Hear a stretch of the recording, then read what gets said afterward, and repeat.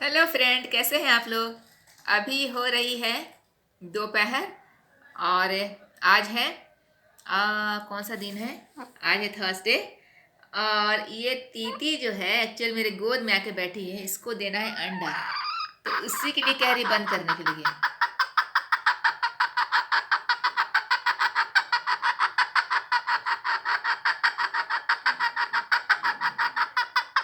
और आज का सारा व्लॉग यही कंप्लीट कर देगा, हमको तो बोलने ही नहीं दे रही है। इसको ना अंडा देना है तो ये कह रही है बंद करने के लिए, लेकिन जब मैं इसको जब बंद कर रही हूँ तो डब्बे में से निकल के भाग आ रही है। अब फिर मेरे ही पास खड़ी है, भाग भी जा रही है। देखिए भागती जा रही है, अब फिर आ जाती है। तो तुमको कहाँ रहना पहले बताओ। तो तुम बंद भी नहीं हो रही हो, तुम भाग भी रही हो तो ये गोद में चढ़ जा रही है। अब बंद भी नहीं हो रही है तो कहाँ जाओगी पहले बताओ। हाँ, कहाँ जाओगी। हाँ, ओहो, कहाँ जाओगी, कहाँ जाओगी। देखो ये देखो, इसको अंडा देने जाना है। बोलो बाय बाय कर दो, बाय कर दो, बाय कर दो, बाय कर दो। चल मैं आती हूँ इसको बंद करके, ताकि ये मारेंगे तुमको। अब मैं जा रही हूँ इसको बंद करने के लिए। तो अभी दोपहर है तो करने में कुछ नहीं है। ये जो मेरा हीरो है, ये देखिए खूब घूम रहा है आजकल। मेरे पास आता ही नहीं, वीडियो भी नहीं बनवाता है, खूब बदमाशी करता है ना। तब वीडियो बनाना है। चलो हाय बोल दो, तो हाय बोलो, हाय बोलो, हाय बोलो। देखिए वो मेरा बाल कटिंग करने का ज़्यादा शौक रहता है। तो मेरा बाल खा लोगे तो कैसे अच्छा लगेगा, फिर बढ़ेगा नहीं ना। ये बोलो। चलो हाय फ्रेंड, इधर इधर देखो, कैमरा में देखोगे ना, कैमरा में देखो, कान में बोलेगा मेरे। देखिए ये बदमाशी, अभी गोद में सोने का दिल कर रहा है इसके। सो जाओ मेरे मुन्ना, रात हो गई, सो जाओ वरना डायन काट खाएगी। नहीं डरता है। सबको नींद आ रही है, सब सोने के लिए घर के अंदर आ गई है, सबको सोना है। ये मेरी तीती ने इतने सारे अंडे दे दिए हैं। ये देसी अंडे हैं, तो ये जो है बहुत महंगे मिलते हैं और इनमें बहुत ज़्यादा न्यूट्रिशन होता है। तो वो वाला अंडा जो है ना बहुत ही ज़्यादा तो पौष्टिक होता है और जल्दी मिलता नहीं, क्योंकि गांव की चीज़ है ये। अब देसी अंडा कहाँ मिलेगा, मार्केट में सुनने में आया कि बहुत महंगा मिलता है। तो हम लोग को तो फ्री में हो जाता है। और मोहल्ले में हर तरफ शोर की आवाज़ आ रही है। आगे फील्ड है, इसमें बच्चे बच्चे खेल रहे हैं क्रिकेट। और एक और पड़ोसी है, उसके यहाँ ज़मीन को लेकर झगड़ा चल रहा है, तो उसी कच कुछ आवाज़ आ रही है। तो वीडियो में आपको साउंड भी मिल रहा होगा थोड़ा शोर का। आज मेरा प्लास्टर कटे हुए 1 महीने से ज़्यादा हो गया है, लेकिन मेरा हाथ जाम है, नहीं खुला है। सरकारी अस्पताल की व्यवस्था कितनी अच्छी होती है। फॉर एग्ज़ाम्पल मेरा हाथ है, उन लोगों को ये फिक्र ही नहीं है कि मेरा दाहिना हाथ है, ठीक नहीं होगा तो कैसे सरवाइव करेगी। और प्राइवेट में जाते तो वो लोग इतना ख्याल करते कि अच्छा होने के बाद भी छोड़ते ही नहीं, क्योंकि 700 रुपया पर डे है। और फिर क्या कहते हैं उसको, फिजियोथेरेपी करने का 700 रुपया पर डे प्राइवेट में। तो डॉक्टर आराम आराम से प्यार प्यार से 20 दिन 25 दिन, अब 700 रुपया महीना उनको मिल रहा है, तो बड़े प्यार से वो करते रहते हैं। और सरकारी में पैसा नहीं देना पड़ता है, तो उन्होंने तुरंत भगा दिया, 5 दिन में ही भगा दिया। तो ये सरकारी और प्राइवेट के बीच में फंस के मेरा हाथ, हमको नहीं लगता है कि अब ठीक हो पाएगा। सरकारी अस्पताल में जाने का मतलब ही है कि आपको मर जाना है। मुझे तो इतना डर लगने लगा बीमार होने से। ये वाला हाथ तो मेरा ठीक हुआ ही नहीं, कैसे मेरा काम होगा। थोड़ा सा भी नहीं मुड़ रही, ऐसे नहीं जा रहा है, 1 महीना से ज़्यादा हो गया है। तो पता है मुझे इतना डर लगने लगा है कि आगे कोई बीमारी अगर होती है तो अस्पताल जाने से अच्छा तो मुझे लगता है कि जहर ही खा के मर जाओ। तो जितना वहाँ पर टेंशन होती है, सरकारी अस्पताल वाले जितना लाइन लगा लगा के इज्जत कर कर के इलाज करते हैं, प्राइवेट वाले उतना ही पैसा वसूलते हैं। इज्जत वहाँ भी नहीं करते हैं, लेकिन सिर्फ पैसा देते जाओ देते जाओ। 50,000 पर डे तो उनके लिए 5 पैसे जैसी बात होती है। और नर्सेज वगैरह तो वहाँ की वैसे ही होती हैं। और सरकारी की तो वैसे ही मैं से मेकअप करके आके बैठ के हंस रही हैं, उन्होंने मेरा फिजियोथेरेपी नहीं किया, सिर्फ 2-2 मिनट करके।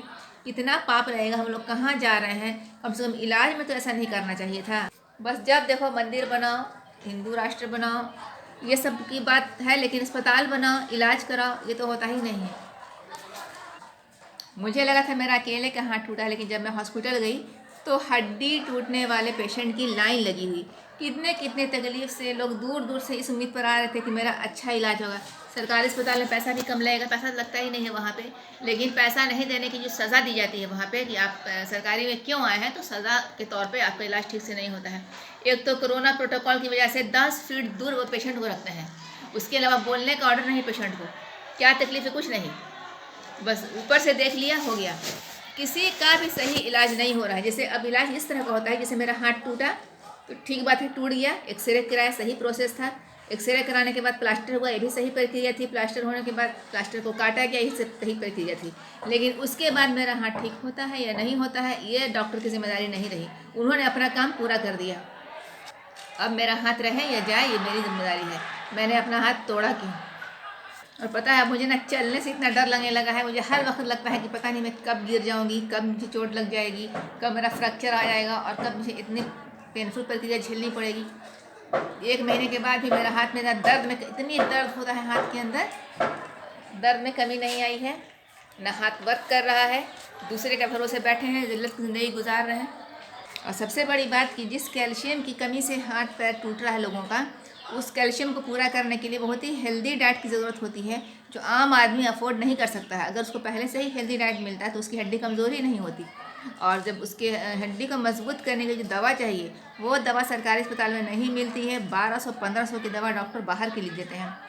वो अच्छी दवा होती है, खा के ताकत होगी, लेकिन हम सोचते हैं जो गरीब लोग होंगे वो कैसे खा पाते होंगे इतनी महंगी महंगी दवा। जो दवा मार्केट में 300 की मिलती है 4, सरकारी अस्पताल में 15 रुपये की 4 मिली, मगर सिर्फ 4 ही मिली, आगे नहीं मिलेगी। ट्यूब लगाने के लिए बस एक ही ट्यूब मिला, दोबारा नहीं मिला। और लाइन लगाना पड़ता है। सरकारी अस्पताल में क्या होता है, आपका टाइम बर्बाद होता है। लाइन लगाइए, लाइन की प्रक्रिया, वहाँ रजिस्ट्रेशन कराइए, वहाँ दवा के लिए लाइन लगाइए, वहाँ देखने के लिए लाइन लगाइए। और वहाँ पे ज़्यादा लो क्वालिटी के लोग होते हैं, मतलब नीचे तक के, तो सबके साथ एक ही जैसा ट्रीटमेंट होता है। और बीच बीच में कोई बड़ा आदमी भी चला आता है तो उसको पहले देख लिया जाता है। भेड़ बकरी की तरह जो है सरकारी अस्पताल में इलाज होता है। इतना महंगा महंगा, मतलब कि क्या मैं बोलूँ, इतना फीस, ये भी नहीं, ये भी मैंने गलत बोला मतलब उन लोगों को तो सैलरी बहुत महंगी ज़्यादा मिल रही है। सरकारी नौकरी में तो सैलरी बहुत ज़्यादा मिलती है, पेंशन मिलेगा, इतने सारे फ़ायदे मिलते हैं, लेकिन फिर भी डॉक्टर लोग आते हैं बस 2-2 मिनट सबको देख रहे। इतने हड्डी के पेशेंट आए थे मेरे साथ, जितने लोगों ने भी लाइन लगाई, सबको बस 2-2 मिनट में देख रहे थे और बोलने का मौका नहीं दे रहे थे। बस प्रिस्क्रिप्शन देखा, एक्सरे रिपोर्ट देखा, उसी हिसाब से दवा लिख दिया। और दवा में सबको एक कैल्शियम की दवा, एक पेन किलर और एक गैस की दवा, बस 3 दवा दे गए, सबको भगा रहे थे। और जैसे ही आपने बोला कुछ खिलाफ में, तो समझ जाइए कि आपको क्या अंजाम होने वाला है। लोग टूट पड़ेंगे आपसे बदला लेने के लिए। और फिर जहाँ पे पेशेंट दबंग पड़ते हैं तो वहाँ पे मार होती है। उसके बाद फिर उससे फ़ायदा क्या होता है, आपका सर्वाइव तो कर नहीं पाइएगा। आप अगर मरने की हालत में है तो मर ही जाइएगा, बचने की कोई उम्मीद नहीं है। सरकारी अस्पताल में तो ऐसा होता है कि मेरे पापा का डेथ सर्टिफिकेट बनाने के लिए 4 महीना ले लिया। 4 महीना लेने के बाद भी वो लोग शायद पैसा मांग रहे थे, क्या कर रहे थे, बस दौड़ा रहे हैं, जा रहे हैं, दौड़ा रहे हैं। कभी नाम गलत, नाम तो इतनी बार गलत लिखा है, कभी नाम गलत, कहीं पापा का नाम गलत, कहीं मम्मी का नाम गलत, कभी डेट ऑफ बर्थ गलत, कभी कुछ गलत।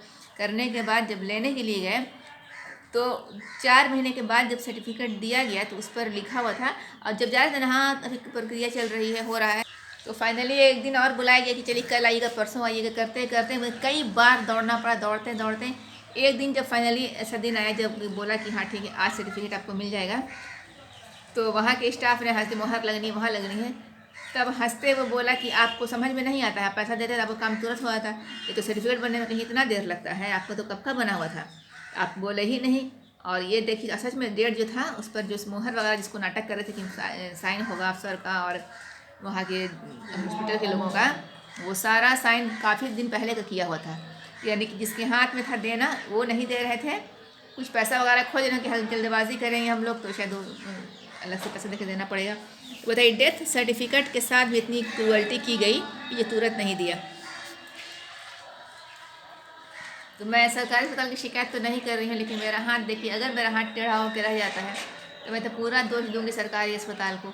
मैं प्राइवेट में नहीं जा रही हूँ अपने आप को सजा देने के लिए और देखने के लिए कि गरीब लोगों को कितनी तकलीफ होती होगी। डॉक्टर कितने क्रूर है, कितनी महंगी महंगी सैलरी लेकर भी काम अपना नहीं करते हैं। 10 मिनट अगर मेरे पर ध्यान दे देते, मेरी फिजियोथेरेपी अच्छे से कर देते, तो मेरा हाथ यहाँ से थोड़ा सा बस हाथ अटक जाम है, कलाई जाम हो गई है, थोड़ा सा वो लोग चालू कर देते, सीधे भगा ही दिया कि आने की ज़रूरत नहीं है। तो मेरा दुख तो परमानेंट रहेगा, पता नहीं कब ठीक होगा। और पास में हो रही शादी, तो वहाँ अब लाउड स्पीकर लग गया है, तो मेरे वीडियो में कॉपीराइट आ जाएगा, तो वीडियो को मैं करती हूँ यहीं पे एंड। तो वीडियो अगर पसंद आया तो लाइक कीजिएगा, शेयर कीजिएगा, सब्सक्राइब कीजिएगा। और कौन कौन सरकारी अस्पताल के चंगुल में फंस के अपनी जान गंवा चुका है या हड्डी गंवा चुका है, कमेंट बॉक्स में लिख के बताइएगा। मिलते हैं अपने अगले ब्लॉग में, तब तक के लिए बाय बाय।